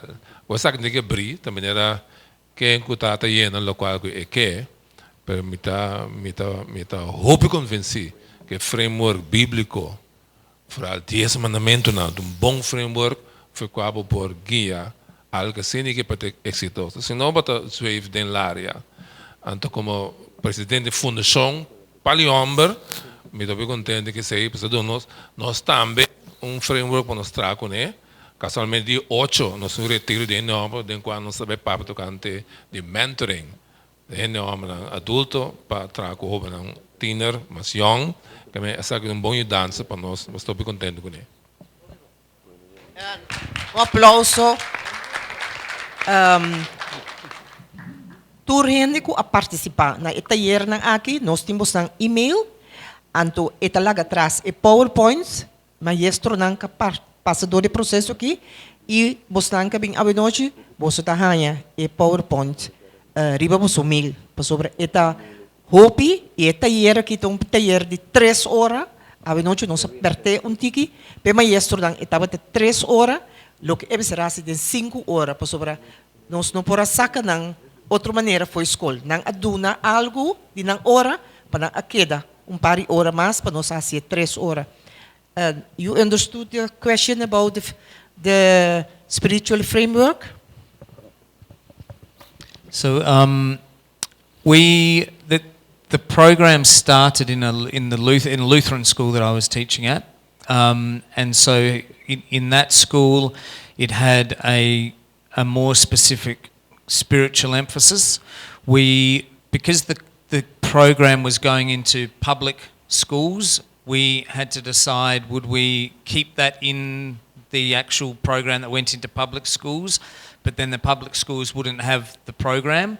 So we have chosen for the delivery of the spiritual side of it to be made by the schools themselves.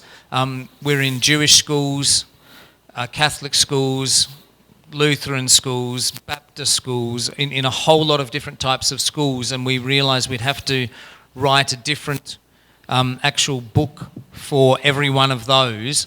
So when we work with the schools, we say the flavour of the program is going to be delivered by the teachers themselves. Does that make sense?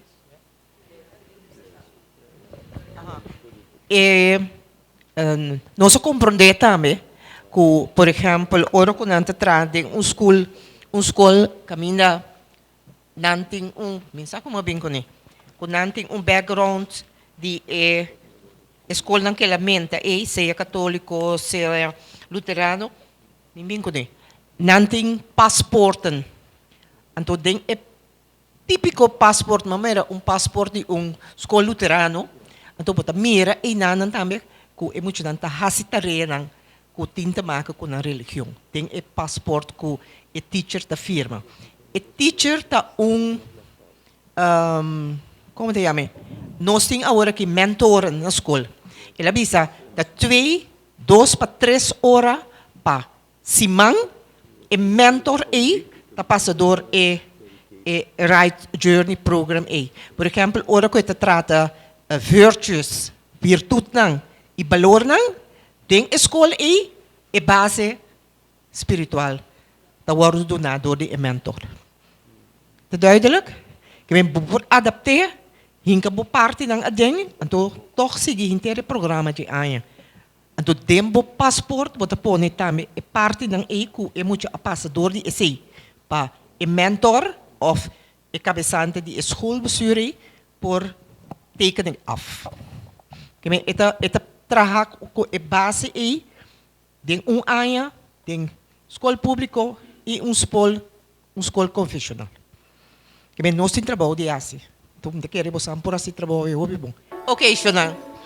Me quer nós chega metade dias, nós está bom tempo, tem algo de comer, algo de beber por fora, então você pode socialize tiki com outro.